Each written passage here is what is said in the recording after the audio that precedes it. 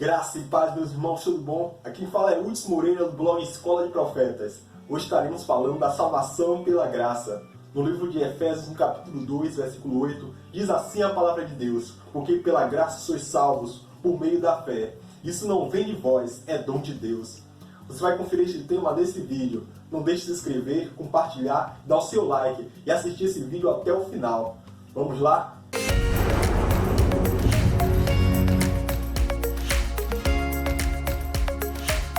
Eu queria chamar a sua atenção para o capítulo 2 da Carta aos Efésios, do versículo 1 ao versículo 10, onde Paulo trata desse assunto, a salvação pela graça. Na verdade, Paulo trata desse assunto em muitas das suas cartas. Eu creio que aqui, na Carta aos Efésios, ele fez de uma maneira extremamente didática, resumida, boa para que possamos entender o significado dessa expressão, salvação pela graça. Lembrando os irmãos que esse foi um dos temas, um dos grandes slogans da Reforma Protestante, quando Lutero e depois dele os demais que o seguiram descobriram que o ensino bíblico, que a salvação do pecador dependia exclusivamente da graça e das misericórdias de Deus, não havendo como um que deve participar de uma forma ou de outra desse processo redentor. Em ênfase a esse assunto, a palavra de Deus nos diz assim: vocês estavam mortos em suas transgressões e pecados, nos quais costumavam viver, quando seguiam a presente ordem deste mundo, e o príncipe do poder do ar, o espírito que agora está atuando nos que vivem na desobediência. Anteriormente, todos nós também vivíamos entre eles, satisfazendo as nossas vontades da carne, seguindo os desejos e pensamentos.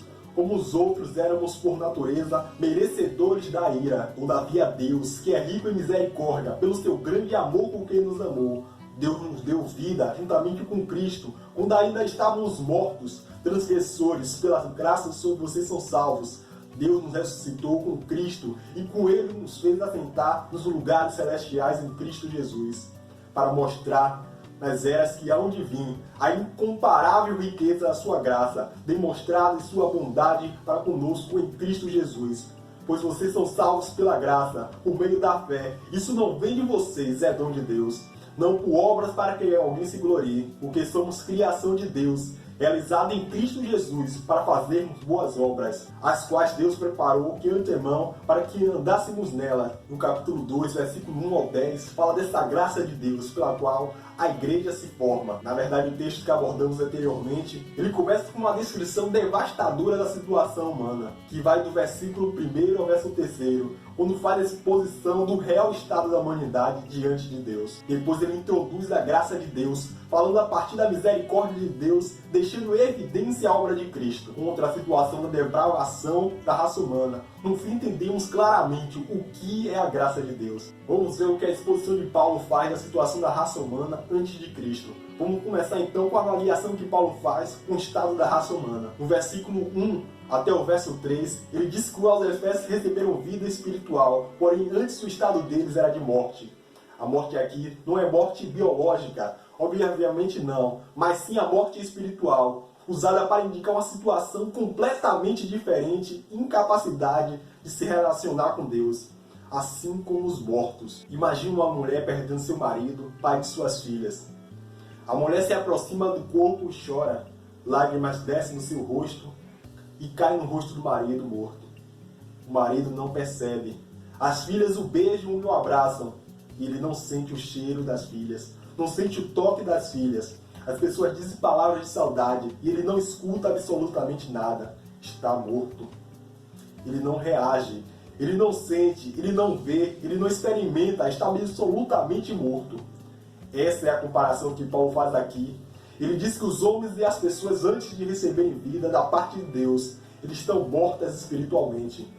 Ou seja, ainda que Deus aparecesse na frente deles, eles não veriam. Se Deus falasse com eles, eles não entenderiam. Se Deus as tocasse, elas não sentiriam. O estado delas é de morte, a não ser que Deus lhes dê vida. Elas não têm relação nenhuma a Deus, ou aquilo que Deus faz. Paulo não poderia ter feito uma comparação mais radical que essa para definir o estado da humanidade diante de Deus sem Jesus. O que causou esta morte? O que causou esta morte espiritual do homem, que é seguida pela morte física? É aquilo que Paulo chama aqui de delitos e pecados. Embora sejam dois termos, eles querem dizer a mesma coisa. Ambos significam a transgressão da lei de Deus, significa desobediência à vontade expressa de Deus. E como todos os homens, de Adão até os dias de hoje, eles quebraram e quebram a lei de Deus, todos eles estão mortos diante do Pai. Porque o salário do pecado é a morte, e esta morte começa aqui, ainda vivos biologicamente, a morte em delitos e pecados. Então isso torna o homem completamente incapaz de reagir a Deus, escutar a Deus ou de tomar qualquer atitude em relação a Deus, a não ser da mais completa indiferença. Para agravar ainda a situação, o apóstolo nos diz no versículo 2: essas pessoas que estão mortas nos seus delitos e ofensas diante de Deus, elas estão seguindo o curso deste mundo. Elas são escravas daquilo que Paulo chama o curso desse mundo. O mundo aqui é usado não no sentido da natureza criada, mas no sistema de vida de valores dessa humanidade, que está morta em seus delitos e ofensas. Nesse sentido, em que a palavra mundo ela é usada aqui neste momento. E Paulo diz que as pessoas sem Cristo, elas andam segundo o curso deste mundo, a maneira pelas quais este mundo caminha. Ou seja, as pessoas são escravas dessa situação. Isso que a palavra de Deus nos diz. Elas seguem o comportamento da maioria. Elas acreditam que aquilo que a maioria diz é. Elas se vestem, se divertem, elas gastam as suas vidas fazendo aquilo que as outras pessoas fazem, envolvidas nesse mundo, nesse sistema de valores onde Deus está absolutamente ausente e onde as pessoas servem a outros deuses. Então, além das pessoas estarem mortas dos delitos e pecados, as pessoas estão escravizadas naquilo que Paulo chama de mundo. Que é esse sistema de vida, esta maneira de viver da humanidade sem Deus. Além disso, ele diz no versículo 2 que essas pessoas andam segundo os príncipes da potestade do ar, do príncipe que agora atua nos filhos da desobediência. E aqui Paulo introduz a questão demoníaca. Ele estava se referindo aqui a Satanás e seus anjos, os demônios, anjos caídos cujo objetivo é destruir a humanidade, de estragar a obra de Deus. Aqui neste mundo, enquanto eles puderem, estão em estado de rebeldia constante contra Deus. Paulo diz aqui que este que chama de o príncipe da potestade do ar, ele é um espírito que agora atua naquilo que Paulo chama do filho da desobediência. Por isso, a nossa luta não é contra carne e sangue. O que nos interessa aqui é o que Paulo está dizendo, que esses espíritos, Satanás, operam nos filhos da desobediência, chamando de filho da desobediência porque eles descenderam do primeiro casal, que foi desobediente. O primeiro casal desobedeceu a Deus, e os filhos que vieram depois deles são filhos da desobediência. Ou seja, eles herdaram de seus pais a mesma tendência para desobedecer a Deus que seus pais tiveram.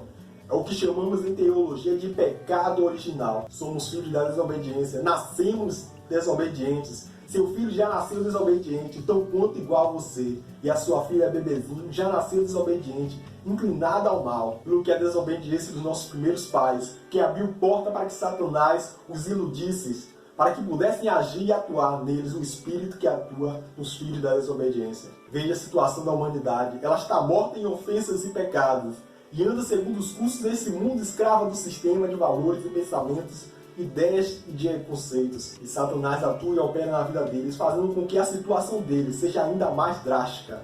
E o inimigo usa de mentiras, oprime, possui e tenta cada vez mais, ou seja, uma situação de desespero que se encontra a humanidade.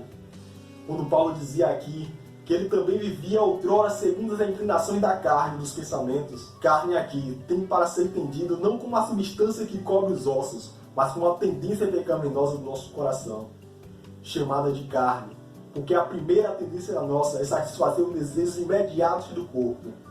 Fome, sede, descanso, lazer, sexo.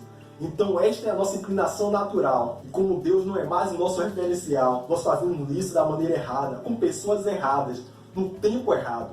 Por isso que a palavra carne é usada para se referir à corrupção que existe em nosso coração, que é a nossa tendência a satisfazer os nossos desejos.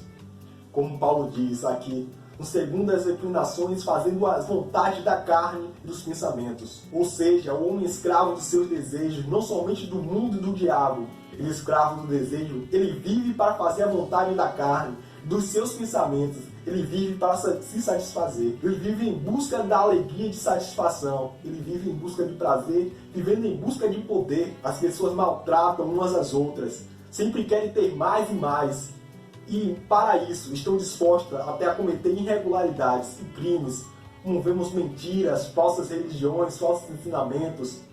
No final do verso 3, Paulo diz: A ira é a consequência natural de ser filho da desobediência, porque a desobediência produz a ira de Deus. Nós não somente já nascemos desobedientes, mas já nascemos debaixo da ira de Deus.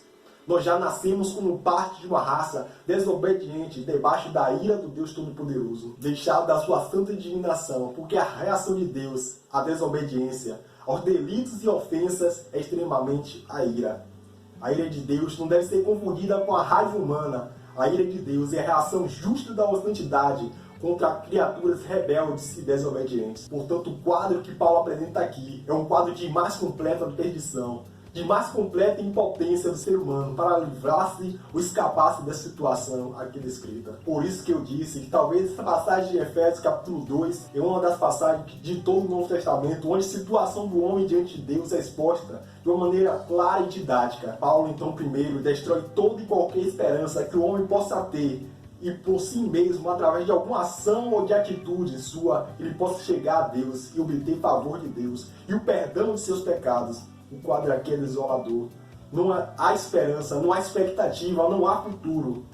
Não há nada, a não ser a ira de Deus aguardando no final da nossa vida aqui neste mundo. Quando Ele livremente a descarregar essa ira eterna naqueles que estão nesse estado de rebeldia e revolta contra Ele pela desobediência. Como eu disse, um pecado afetou de tal maneira o homem que ele é incapaz de, por si só, de crer em Deus, de se voltar para Deus, ou mesmo de se preparar para isso. O seu arbítrio foi prejudicado. Não é mais livre, o seu entendimento foi afetado. Ele não mais entende as coisas de Deus. A sua vontade foi afetada. Ele não quer a Deus. Na verdade, ele é inimigo de Deus por nascimento e por definição. Precisou a interferência de Deus, da sua graça, para resgatar o homem perdido. Deus agiu. Ele não tinha que fazer nada. Ele não tinha obrigação absolutamente nenhuma de interferir no estado da humanidade.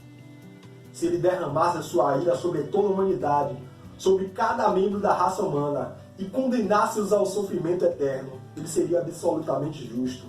Ele não estaria cometendo injustiça nenhuma com a raça humana. Se deixasse que a raça humana seguisse o seu curso e finalmente encontrasse seu destino num lago que arde como um enxofre e fogo, Deus ainda assim seria justo. Ele não tem nenhuma obrigação de salvar qualquer um de nós nesse estado que nós nos encontramos.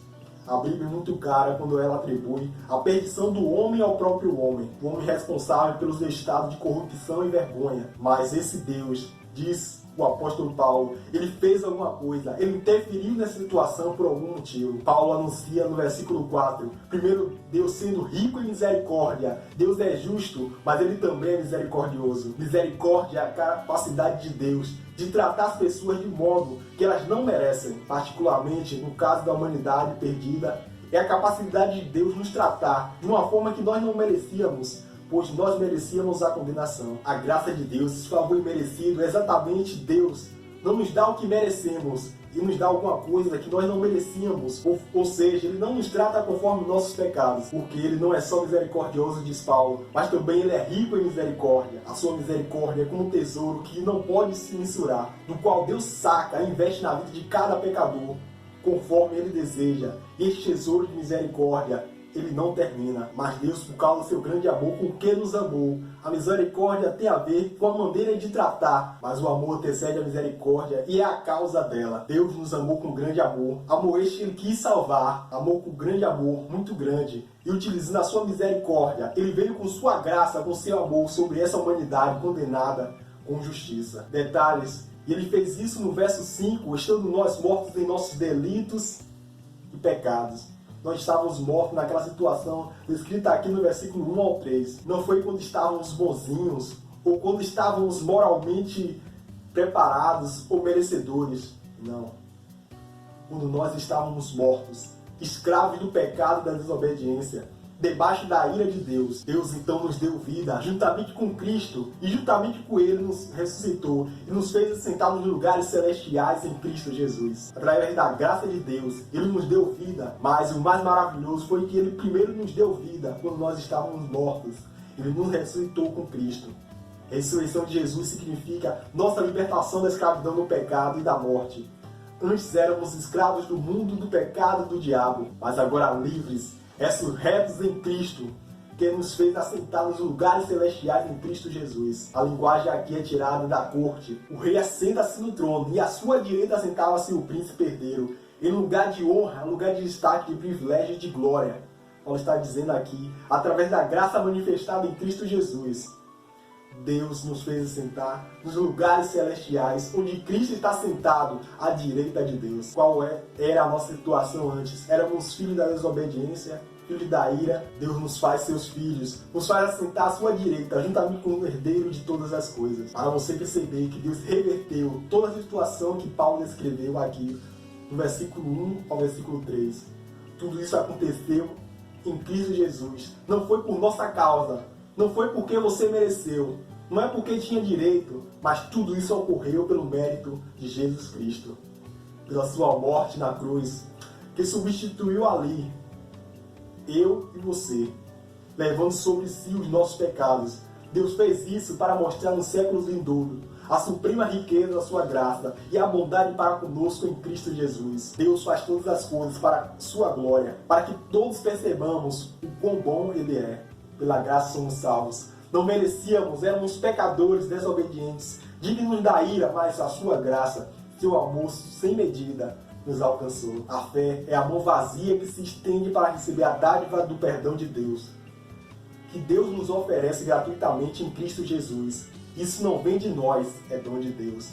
Vamos ficar por aqui. Se você gostou, não se esqueça de se inscrever, compartilhar, deixar o seu like e comentar aqui embaixo. Se você gostaria de se aprofundar mais no conhecimento da Palavra de Deus, se inscreva no curso aqui embaixo na descrição do canal. Baixe o e-book O Plano de Deus para a Salvação e visite o nosso blog, o link está aqui embaixo na descrição do canal. Um forte abraço, nos vemos no próximo vídeo.